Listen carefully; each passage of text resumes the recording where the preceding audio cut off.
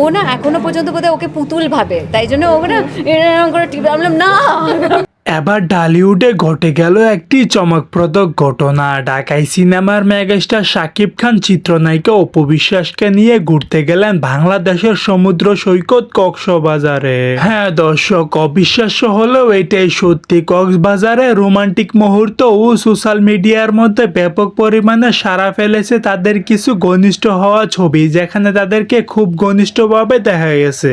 এই বিষয়টি এবং ছবিটি প্রকাশ হবার পর থেকে কিছুতেই মেনে নিতে পারছেন না ওপার বাংলার জনপ্রিয় অভিনেত্রী কোয়েল মল্লিক। তিনি একটি সাক্ষাৎকারে বললেন, শাকিব খান ও অপু বিশ্বাসকে আমি কোনোভাবে মেনে নিতে পারবো না। তার মধ্যে শাকিব খান এবং অপু বিশ্বাস নাকি বাংলা সিনেমার মান সম্মান সবকিছু মাটিতে মিশিয়ে দিচ্ছে, এমনটাই দাবি করে বললেন কোয়েল মল্লিক। আমার মনে হয় ওদের বন্ডিংটা হওয়াটা ভীষণ প্রয়োজন। আর কবিরই মানে অনেক দিন ধরে, বছর না অনেক দিন ধরে ও বলে যাচ্ছে মামা মামা কবে, মামা মামা কবে। আমরা না, দাঁড়াও দাঁড়াও দাঁড়াও। আর ও অ্যাবসলিউটলি শিওর ছিল বোন হবে। তো তাই জন্য আমি যদিও বলেছি বোন হোক ভাই হোক যাই হোক, ভগবান যাকেই সো দর্শক, আজকের এই ভিডিওটি এই পর্যন্তই। যদি ভিডিওটি ভালো লেগে থাকে তাহলে ভিডিওতে একটি লাইক, একটি কমেন্ট আর অবশ্যই চ্যানেলটি সাবস্ক্রাইব করতে ভুলবেন না।